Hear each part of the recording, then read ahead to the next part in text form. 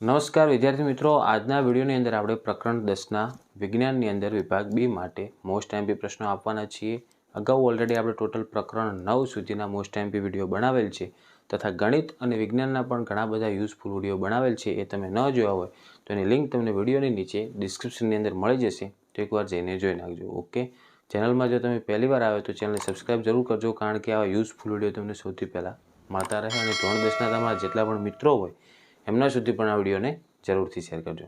Okay, હવે તમને ખ્યાલ જ છે મિત્રો કે જ્યારે પણ આપણે વિજ્ઞાનના એમપી આપીએ ત્યારે તમારે નોટ અને પેન સાથે રાખવાની, જેથી કરીને જ્યારે તમારે તૈયારી કરવી હોય તો એ ટાઈમે તમારે ફટોફટ ક્વેશ્ચન શોધવામાં સરળતા રહે. ઓકે, તો વિદ્યાર્થી મિત્રો, પ્રકરણ 10 જેનું નામ છે માનવ આંખ અને રંગ બેરંગી દુનિયા, આ પ્રકરણના આપણે વિભાગ બી માટે 2 ગુણના મોસ્ટ એમપી પ્રશ્નો જોઈશું.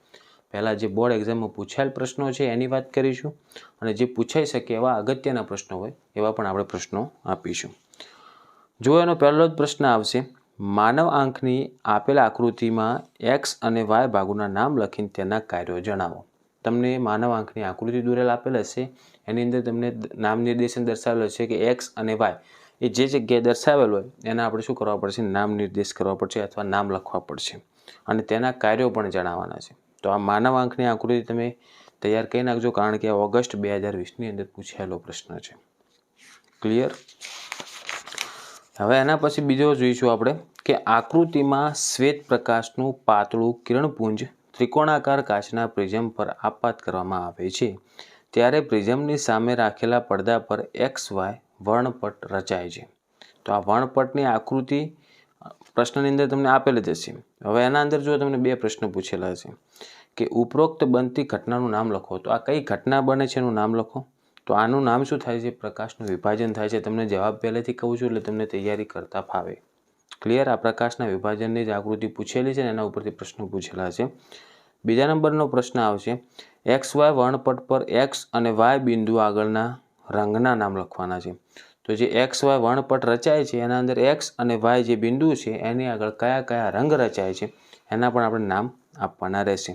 તો આ પ્રશ્ન ઓગસ્ટ 2020ની અંદર પૂછાયેલો છે, એટલે આ પણ તૈયાર કરી નાખજો. ક્લિયર? પછી જે આ પ્રશ્ન છે પૂછાય છે કે એવો પ્રશ્ન છે, આનું આપણે કોઈ બોર્ડ એક્ઝામમાં પૂછાયેલ નથી પણ આ સાલ પૂછાઈ શકે, કારણ કે જુઓ પ્રશ્નનું નામ છે તફાવતના 2 મુદ્દા આપો, લઘુ દ્રષ્ટિની ખામી અને ગુરુ દ્રષ્ટિની ખામી. તો આ 2 ખામીઓના તફાવત, જો તમને લઘુ દ્રષ્ટિની ખામી આવડે તો ગુરુ દ્રષ્ટિની ખામી ઓટોમેટિક આવડી જાય, કારણ કે એકબીજાની ઓપોઝિટ જ છે. તો ઇઝી પણ છે અને ઇમ્પોર્ટન્ટ પણ છે, તો તૈયાર કરી નાખજો.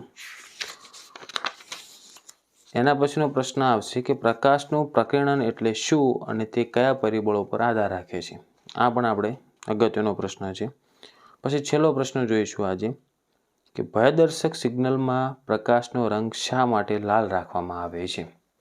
ભયદર્શક સિગ્નલમાં મતલબ કોઈ બી સિગ્નલ લાઇટ હોય અથવા કોઈ ડેન્જર લાઇટ એરિયા હોય જે રેડ ઝોન હોય, ત્યાં કેમ લાલ રંગ કેમ રાખવામાં આવે છે, એનું આપણે શું આપવાનું છે, કારણ આપવાનું છે અથવા ડાયરેક્ટ જવાબ લખવાનો છે.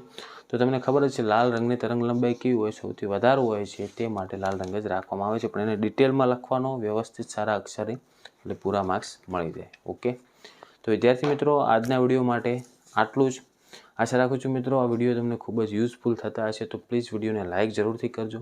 ચેનલને જો સબસ્ક્રાઈબ ન કરી હોય તો સબસ્ક્રાઈબ કરજો અને બેલ આઇકન દબાવજો, જેથી તમને યુઝફુલ વિડીયો સૌથી પહેલાં મળતા રહે. ધોરણ 10ના તમારા મિત્રો સુધી પણ આ વિડીયોને જરૂરથી શેર કરજો. ઓકે, હવે મળીશું આપણે નેક્સ્ટ વિડીયોમાં. Thank you so much for watching my videos. Thank you so much.